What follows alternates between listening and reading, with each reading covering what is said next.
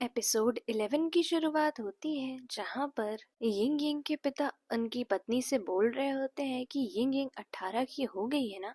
तो उनकी माँ बोलती है वो 20 की हो चुकी है, अब वो बच्ची नहीं है। तो जिस पे यिंग यिंग के पिता बोलते हैं तो अब हमें उसकी शादी के लिए रिश्ते देखने चाहिए। तो जिसपे उनकी माँ बोलती है हाँ जरूर। और फिर वो लोग कुछ प्रोफाइल्स देख रहे होते हैं। तब तक वहां पर यिंग यिंग आती है तो उनकी माँ उन्हें वही सारी प्रोफाइल्स देते हुए बोलती हैं कि ये सब अच्छे अच्छे लड़के हैं, तुम इनमें से कोई भी चुनो तो हम तुम्हारी शादी करवा देंगे। और उनके पिता भी यही बोल रहे होते हैं। यिंग यिंग बोलती है मुझे शादी नहीं करनी है, मुझे आप दोनों के साथ हमेशा रहना है। जिसपे उनके पिता कहते हैं ठीक है अगर तुम्हें शादी नहीं करनी है, लेकिन हम तुम्हारा मंथली अलाउंस आधा कर देंगे।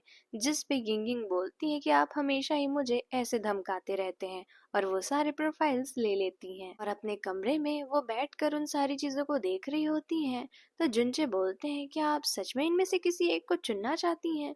तो जिस पे यिंग यिंग बोलती है मेरे पास कोई और चारा भी तो नहीं है। और तब तक जुनचे उनमें से एक प्रोफाइल लेकर फाड़ने वाले होते हैं, लेकिन वो उनसे छीन लेती हैं और सारी प्रोफाइल एक साथ करती हैं और उन्हें आग में फेंक देती हैं और बोलती है कि अरे मुझसे गलती से सारी प्रोफाइल्स आग में गिर गईं और जल गईं। और वो यही चीज अपने माता पिता को भी बताती हैं। जिसपे उनके पिता कहते हैं मुझे पता था, इसीलिए मैंने सारे लड़कों को यहाँ बुला लिया है। और वो बताते हैं कि ये कोई ऑफिशियल मीटिंग नहीं है तो तुम जो चाहे उनसे पूछ सकती हो। और वो ये भी बताते हैं कि इतना बड़ा पर्दा लगा है, तुम उनकी आवाज आसानी से सुन सकती हो। और फिर उनकी माँ बोलती है आज हम दोनों ही फ्री हैं तो हम बाहर जाकर चाय पीते हैं, तुम उनसे आराम से बातें करो। और वो दोनों वहाँ से चले जाते हैं। फिर जुनचे यिंग यिंग से बोल रहे होते हैं तुम उनसे सच में बात करोगी। नहीं नहीं बिल्कुल नहीं, चलो यहाँ से।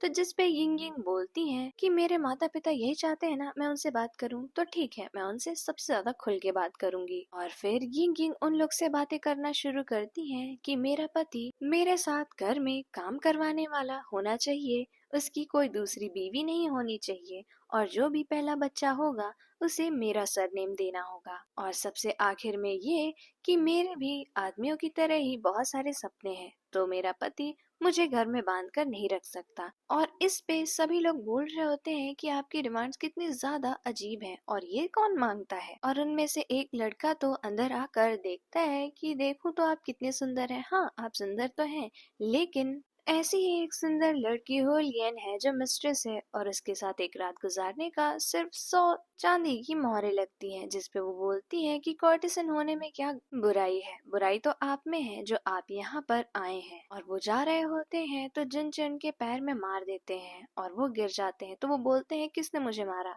तो जिसपे यिंग यिंग बोलती है हो सकता हो तुम्हारे कर्मा ने। और वो सब वहाँ से चले जाते हैं। लेकिन एक लड़का होता है जो बोलता है मैं अभी भी हूँ यहाँ पर। और जब वो अंदर आता है तो यिंग यिंग बोलती है कि आप।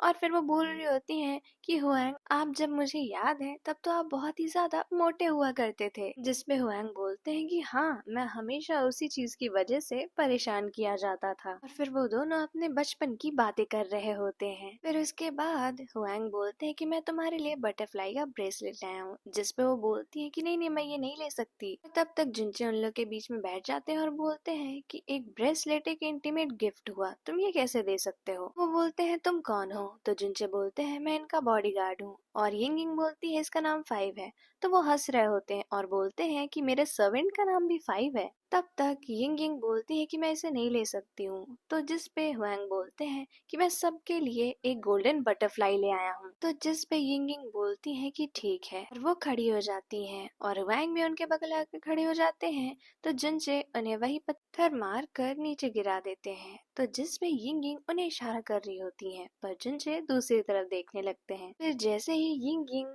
युआंग को उठाने जाती हैं तब तक वहाँ पर जिनचे आ जाते हैं और वो उन्हें उठा देते हैं और बोलते हैं तुम्हें जब इतना दर्द हो रहा है तो तुम डॉक्टर के पास चले जाओ। लेकिन हुआंग बोलते हैं कि मैंने एक डिनर पार्टी रखी है, उसके बाद मेरी हड्डियों को क्रैक करे। तो जिस पे यिंग यिंग जिनचे की तरफ देख रही होती हैं, लेकिन हुआंग बोलते हैं कि अरे मेरा पैर।